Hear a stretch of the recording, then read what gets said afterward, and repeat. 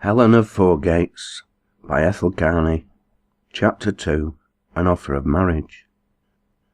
Martin pulled his cap down closer upon his eyes.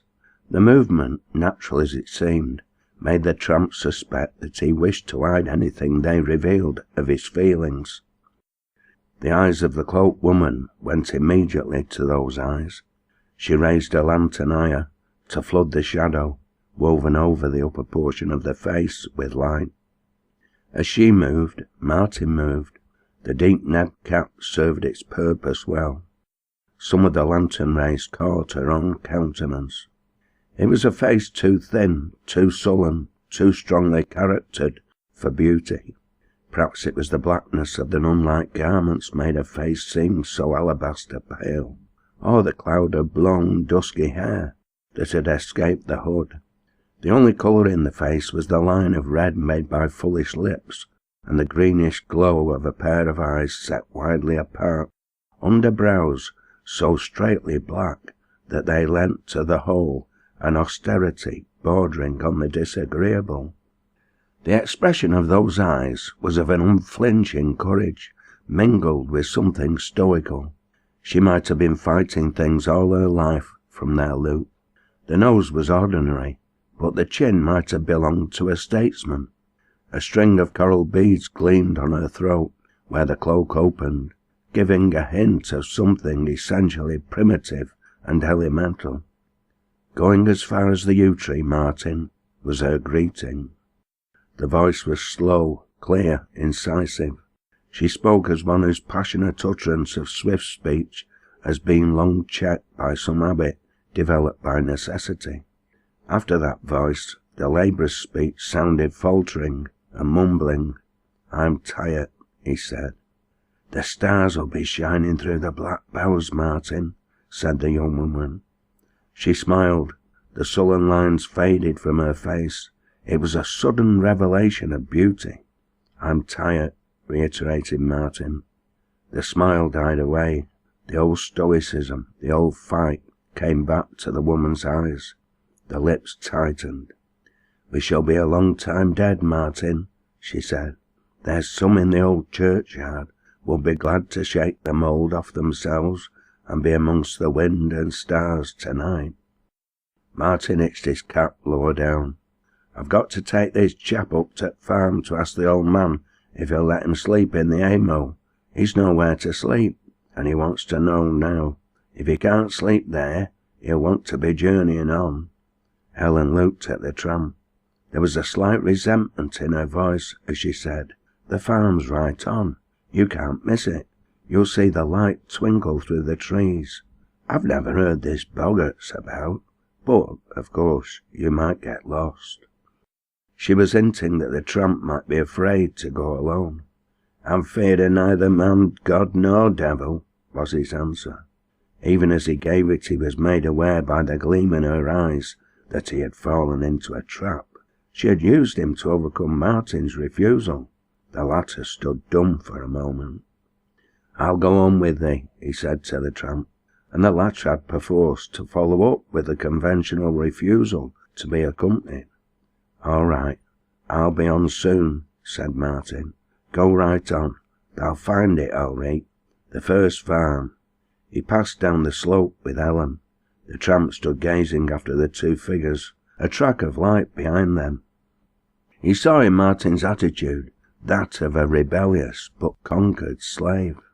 The thought of how he would have dealt with her brought a laugh to his lips, the laugh of one who has been under the chariot wheels of power and learnt to reverence them, to envy them, to desire to be as they, grinding, breaking, rolling along over the crushed hearts of others.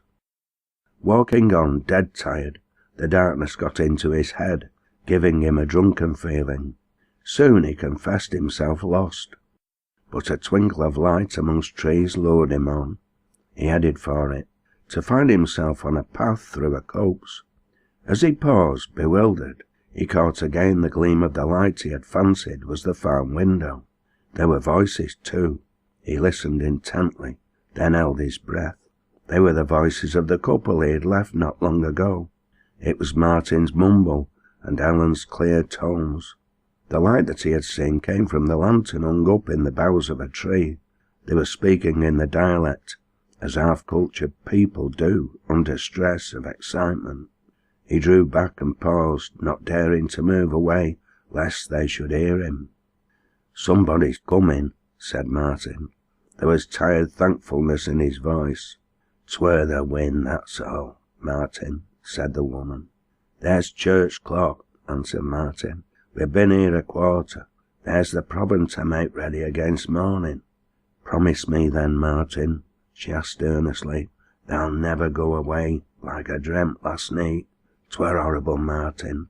I'd never leave thee, Martin, never. Thou doesn't know what it were like. 'Twere that awful I had to creep downstairs and see that thy shoon were under t' table. And all the way upstairs I looked at my own shadder, and it looked that lonesome. Promise, Martin." There was silence. Helen herself broke it. "Thou wants to get away, to leave me," she accused hotly. "Listen, Helen," said Martin Scott. "Last night I ne'er slept, nor the night afore, and I've got tired out. What's the good of starting it all o'er again? All I know is I want to sleep sound as somebody dead." "Poor Martin," crooned the voice. "Creep close to me. Rest near me." Martin laughed. "Rest," he ejaculated in mockery. "Rest, when my days and nights are a hunger and a thirst. I go in woods. Thou's been there. Thou seems to laugh at me, peeping from the leaves of the trees. The house is full of thee. When thou'rt out, every walk around for miles knows thee. I tried to find places where there hasn't been, to rest, to get away, where I could sleep sound for a month. It's like living in a cross between a madhouse and a tomb yonder, and added to that, to hunger in sight of what I hunger for. It's cruel, and there's no mercy. That can sleep." "I learnt to sleep with heartbreak when I were a child, Martin," said Helen. "I make myself sleep. It's how I keep up. What days! He got me by the throat today, Martin. Sometimes he looks at me like he hates me more than anything on earth, and yet he loved my mother." "Did he hurt thee, Helen?" murmured Martin. There was silence for a moment. Then, against that softness in Martin, she made her attack. "Kiss," she breathed, with the abandon of a child. There was silence. When she broke it, it was as if some violent pride split itself in her voice. "To whine, to grovel like a beggar for a kiss," she said jerkily. "Some day, Martin, I think I shall punish thee for this. Some day thou'll beg a kiss of me like 'twere breath of life, and I'll let thee dee." Martin Scott still made no reply. He was reaching the lantern down from the tree. As he got it safely, he drew near to the woman, while she looked at him with that threat upon her lips, with almost antagonism in her eyes. He kissed her swiftly, then, as a man who dares not stay, strode on in front with bent head. "Martin, Martin," called Helen gaspingly. "There's no need to run." The pride was gone out of her voice. Her limbs were unsteady with joy. She was building wild dreams, and in front walked the labourer with bent head. Behind them both, in the shadows, followed the tramp. He could see that Helen would only overtake Martin at the gate of the farm. Its lights could be seen now through the darkness. He hung back until he heard Martin and Helen pass through a gate that clicked after them. Then he advanced towards the farm. The dog barked furiously as he neared the gate. The house door opened. Light flowed into a cobbled yard, showing a giant of a man standing in the doorway. "Who's melling, Nero?" asked a harsh voice. The dog snarled and barked. Martin now came into the doorway, peering out. "It'll be a man has to sleep in the haymow," he explained. "Oh, will it?" snarled the old man. "Well, come into t' leet, mon, and let's see what manner of beast thou art." "Keep this dog off," said the tramp as he entered the field. The old man cackled in answer. Fielding could see more of him now. His hair looked like white moss in the semi-light, white moss, long and unkempt, on a large head. "Keep it off this cell," he answered jeeringly. "Come on, mon, it'll noan hurt thee. It's only its playful little ways." His whole figure grinned. The tramp whitened with rage. He let out a string of oaths. Again the old man laughed. "Think I daren't pass it?" asked the tramp. "It's damn would worry a man," said the old man. "Helen, bring lantern here and let him seek beast." He yelled out the command as to a dog. Helen sullenly brought the lantern. He cursed at her to hold it higher. The light shone on a great Airedale, its tawny eyes infuriated, low growls of intense hatred sounding as if they tore at his throat. That throat was a red cavern, jabbed with long white fangs. Rough hair bristled from its back. The tramp was within 2 feet of it, with no protection but his broken boots, hopeless to kick with. In his eyes surged up a hatred like that in the beast. "Past that, and thou can sleep in Thamo," laughed Abel Mason. Martin had come out. He stood beside Helen. The beast was straining at its chain. The tramp was now within a foot of it. Quite suddenly he went down on all fours, making a low, savage cry. Low answering rumbles came from the dog. The fangs bared themselves to plunge into the man's throat, and all the time the moss-headed old man was laughing as at some pleasing sight. "At him, Nero, at him," he urged the dog. The dog growled, but the growl was not so certain as his last. There was something weirdly strange, not understandable, in the man on all fours, growling like a beast, menacing, with his eyes narrowed like slits, glistening and watchful, defying the 1,000 years savage ancestry in the dog. Nearer and nearer he crept now. Man and dog looked into each other's eyes, deep into each other's souls, challenging. Nero growled. Thunder as from the depths of the earth.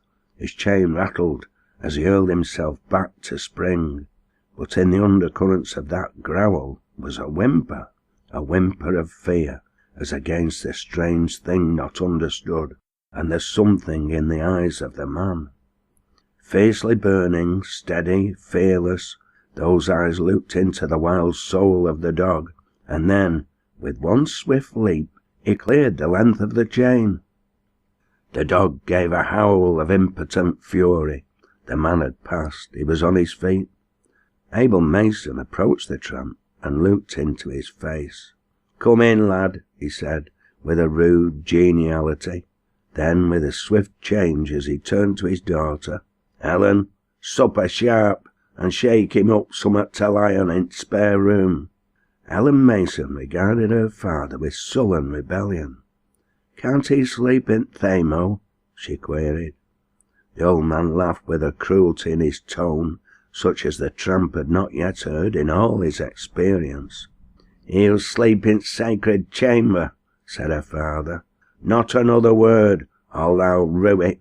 Bring out the best for this lad." Helen seemed as surprised as the tramp felt. She flashed a vindictive look at him. He lifted his greasy cap in response to it. The moss-headed old man broke into hoarse laughter. Helen passed on into the house. The farmer and the tramp followed. It was a chaotic kitchen in which the tramp sat down. Boots, cattle trappings, farm utensils littered the place. Milk kits, scoured to the brightness of silver, blockaded one side of the kitchen. Dark furniture stood against walls stained with the beating of winter rains. The standing floor was naked, save for a rug literally dropping to pieces. The pictures were the weirdest that could be collected. Even at a distance they gave an impression of ferocity. A huge fire roared halfway up the chimney, despite the time of the year, the red light reflecting itself in a broad steel-topped fender.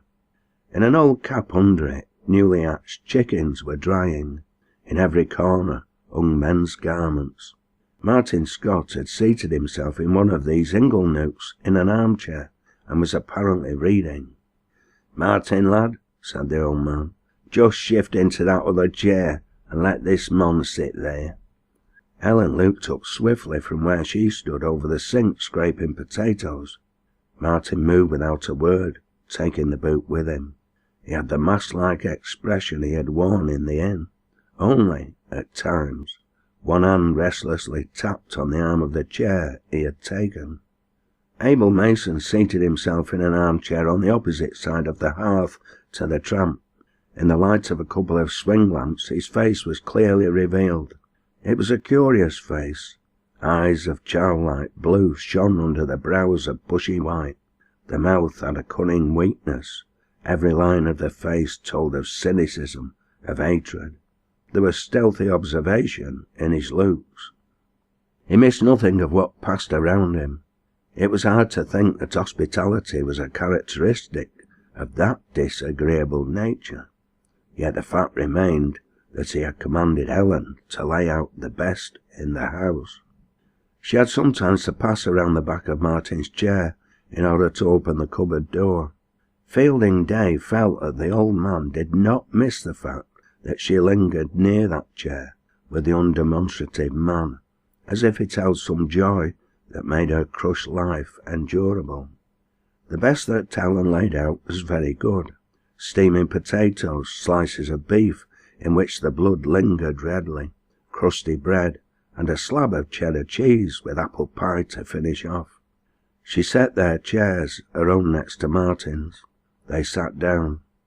The meal passed in gloomy silence. Helen turned once, with a restrained sort of smile, towards Martin. Immediately the knife haft of her father came down upon the tabletop. "Let your meat stop your mouths," he snarled. After the meal Martin prepared the provender, then pulled off his shoes and went to bed. Helen was drawing a half-broken chair before the fire when her parent commanded her to get the shakedown ready for the guest, and that she needn't come back. Sullenly she obeyed and left the room.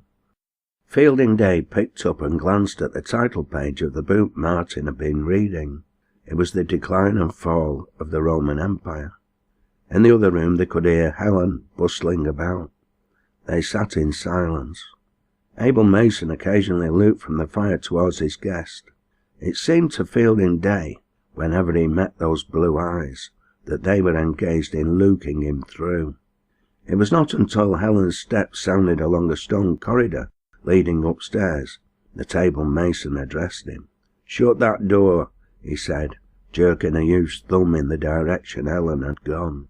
Fielding did so, and sat down again. "Now," said the old man, "we can talk." There was silence again. "Who art her?" leered the old man, leaning forwards. "Hellspawn or somebody's?" Fielding Day smiled. Briefly he gave his autobiography, finishing with bitter reference to his position down under. "How would ta like to be top dog?" asked the old man. He laughed, showing a row of broken yellow stumps. "I'd never look back if I got on first rung," said Fielding Day, his eyes gleaming. "God, how I'd crush!" He laughed, and old Mason joined him. "I knew thou were hellspawn soon as I clapped in on thee," he said. "Lad, I've an offer to mak thee." He paused to knock the ashes from his blackening clay. Then he rose from his chair, opened the door Fielding had closed, and peered into the corridor. "She's terrible cunning," he said. "They all are women, but she can't beat me. It's all right." Fielding Day waited. There was a wild gleam in the old man's eyes, a delirium in his voice, as if he were not quite master of himself. "Thou'rt wondering and wondering," laughed the old man. "Mon, I've been waiting for a mon like thee these years back, and thou comes. The moor winds has blown thee here, reach to me hand. Lad, thou can be a rich mon in 3 years' time. 3 short years. Think on it. All hast to do is to do as I want thee. Look at me. I don't look it, but I'm rich, and I want to use me brass to carry out me dreams, same as I'd use it to carry thine out. Lad, marry yon lass that's gone out just now. Wed her. Mak her as miserable as only a mon like thee can mak a woman, and I'll see that goes on and up wi' Abel Mason's brass and thy own brains. A monarch can lick yon dog can get to top. What says ta?" The tramp looked bewildered. "What's the game?" he queried. "Why should you want me to wed?" The old man looked into the tramp's face, looked as if he were reading its every line with pleasure. "Because there's not another mon within a 3 days' march would mak that lass so miserable as thee. If thou just got started on the getting on business, that's why thou'rt hell-spawn," he laughed. "But why should you wish her to be miserable?" asked Fielding. He could scarcely believe this was happening to him. A short time ago there had been nothing before him but tramp-weaving shops, casual wards, being ground down. Now he was offered a chance to get on in life, be in clover, get his own back, and the thing he had to do was to marry a woman. "Well, t'ave," said the old man tensely. "Aye and no." "Have you heard I'm a millionaire in disguise?" asked the tramp, looking at his broken boots. "Look here, I've not a red, but I'm not going to buy a pig in a poke." He leaned back in his chair, pushed his hands in his pockets, and regarded Mason closely. Again the old man laughed. "What the hell hast to lose?" he asked, regarding Fielding from top to toe. "It's not that," acknowledged the other. "I want to know exactly what I stand to gain. I've no use for a woman. They're cheap enough anyhow, but I'd put up with one, that is. I shouldn't let her get in way, but I want to know what's in it, and I want to know all the ins and outs, so I'll be able to judge. I'm not being done." And all the time he and Mason were looking at each other like two driving a bargain. "I'll tell you everything, lad," said the old man. "That lass is all right. When they gets her, they'll get a woman, barring she's had thart ripped out of her, and place where it is were filled up with hellfire, but that's nowt to do with thee." "What she feels is nowt to do with me," said Fielding. "All I want to be sure on is what I get out at bargain, and that she doesn't get in way." Old Mason was staring into the fire depths. He did not appear to have heard Fielding's last words.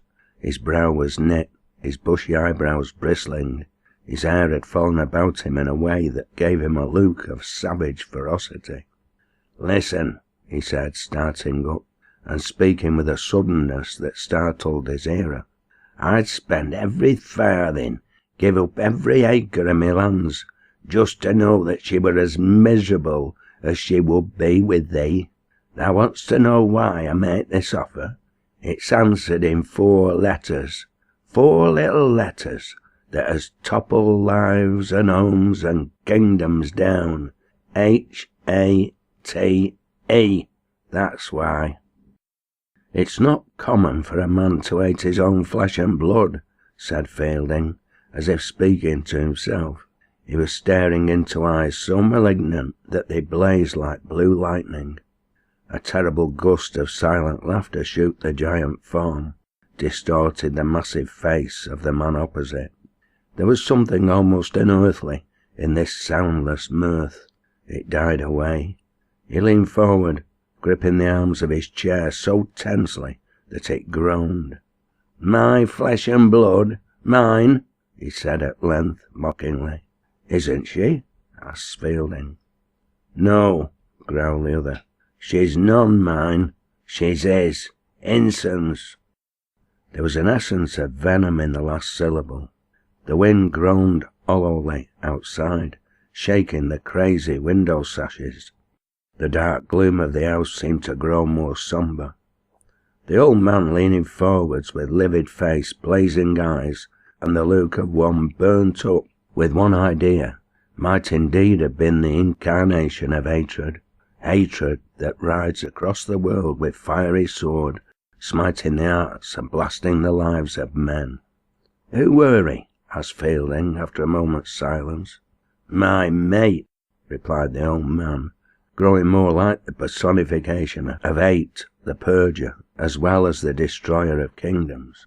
"My mate, the lad I went to school with, the David to my Jonathan. Hee, what fools young folk are.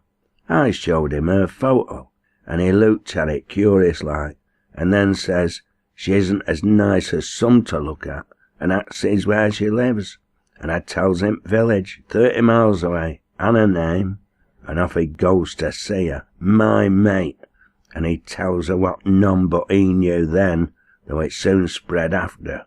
He tells her the Masons is a fairy-kissed, mad, dottled, moonstruck, and a cursed race, and how they were one shut away had tried to murder one he loved best, and 3 weeks after that, I meets her by Cobblestones on tights, and she looks at me fearsome, but courageous like too, and she puts strange questions.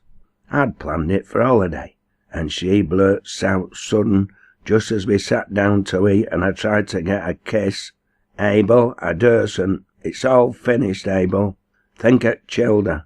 And I looks into her face and knows what she knows, and it's all finished, and Inson has done it, and then the blood rushes before me and the moor fades away, and the big valley and the rocks and Helen's face, and I hears a scream, and then I knows no more till I waken up and find moon has risen, and I'm lying in one that follows in rocks they say the Druids had for their altars.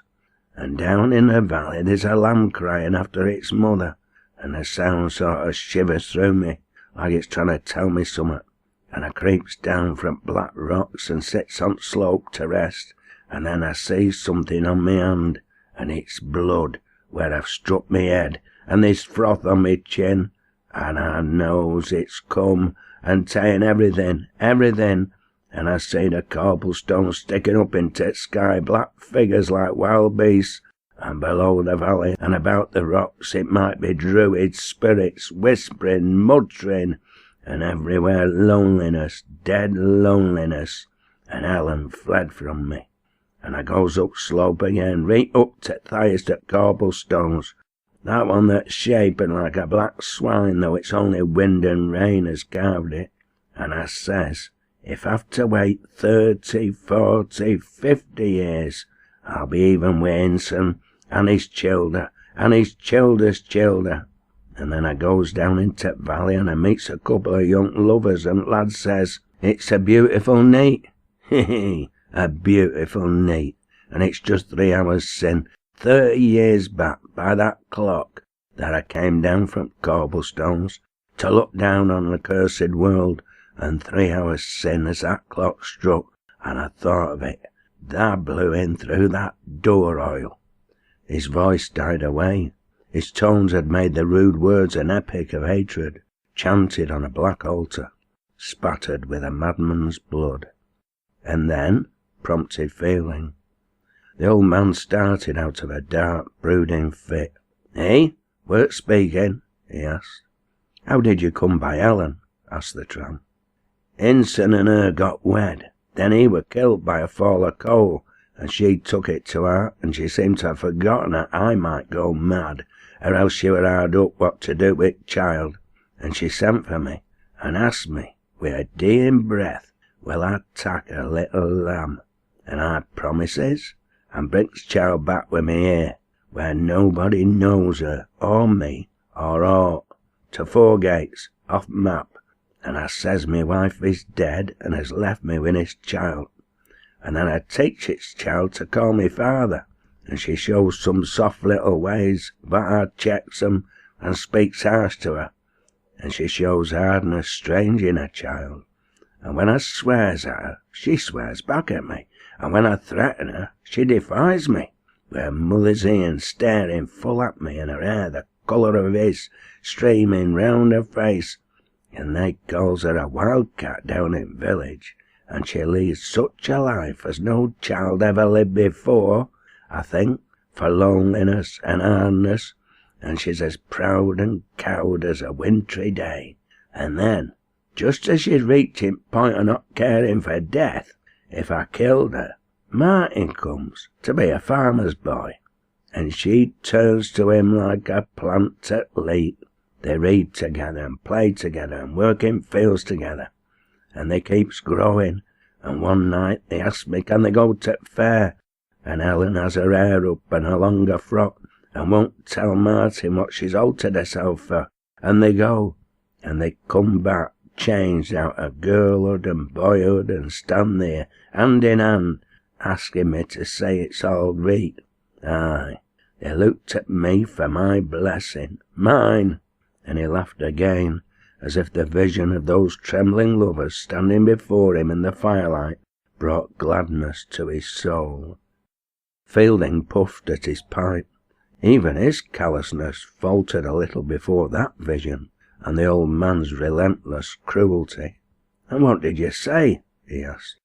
"I told him Helen came of a mad race, a race with murder in it, and her aunt shut away, thinking she was Queen of England, being in danger of being poisoned for a crown.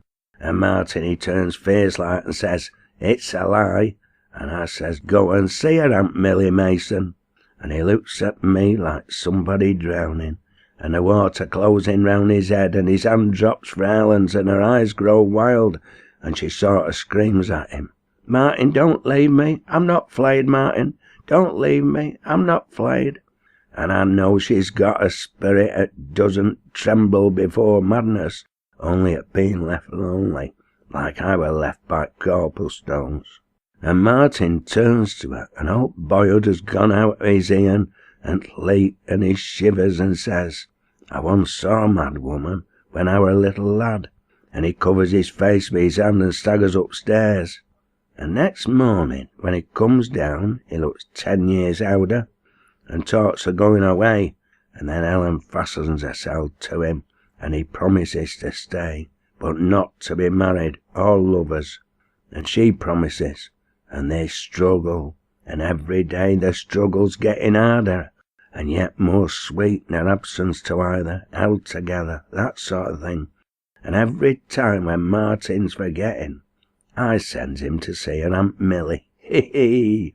5 at best years of their 2 lives I've had 'em on my rack, and Tom Inson said I was mad, and I acts mad betimes just to be cruel, to drag a bite there that's like Inson's, and my only fear has been lest I kill her outright and miss my revenge. That's all, and now that's come. Lad, we'll t'ave her. £2,000 handed over to thee before thou weds her, on conditions thou weds her." "I'll wed her," said the tramp, "if it can be done." "She'll be glad and fain," said Mason with certainty in his voice. "She'll be glad and fain." Fielding did not look so sure. He detailed to Mason what he had overheard in the wood. "Martin wouldn't promise?" asked the old man, laughing once more and rubbing his hands. "No," said the other. "He's worn out. He'll give in to Helen or run away from her soon. He's got to go away. She's got to sup the cup I sup by Corplestones soon." And he gloated over the misery to fall. Then, with the lamplight extinguished and only the light from the red fire, the shadows plotting in the corners, they pledged themselves to the bargain. Nothing would please old Mason but that the paper be signed with their blood. So the blood of the penniless and brutalized tramp, and that of the man who was either a maniac or a builder of revenge, met on the paper. It might have made one other than Fielding Day shrink, that scene in the gloomy farm kitchen, with a moss-headed old man shaken with silent laughter that ended up in a harsh note like a raven's. But to the tramp that paper spelt an entry into a world where he would taste the sweetness of power. And if the old fool wanted a blood oath, well, why not chuck in the blood oath and please him, since he had a love for melodrama? Then he departed to the room where Martin Scott had come 12 years ago, as an awkward, lonely, love-starved lad, to be a farmer's boy. He was soon stretched on the bed that was made up on the floor, but as he blew out the candle that guttered in a winding sheet, he could hear Abel Mason building up the kitchen fire, as though he would sit gloating by it all night. And at times in his broken slumbers, He half fancied that he heard the cackling wind-up of that horrible silent laughter, and anon the wind beating against the windows or groaning in the chimney.